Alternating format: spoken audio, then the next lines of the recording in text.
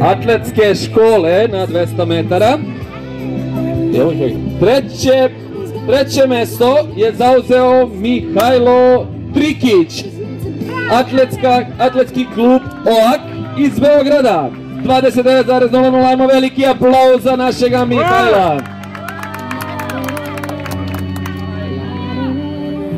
On dobija bronzanu medalju i dobija pehar pobednika.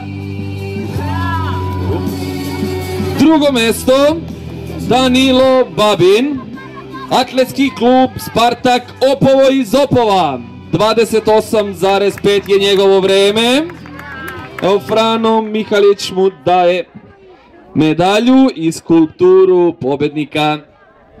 I imamo prvo mesto Nikolu Vulikić, atletski klub Vojvodina, imamo veliki aplauz za Nikolu. 28,1, velika je čast kada jedan veteran kao što je Frano dodeljuje zlatnu medalju Nikoli.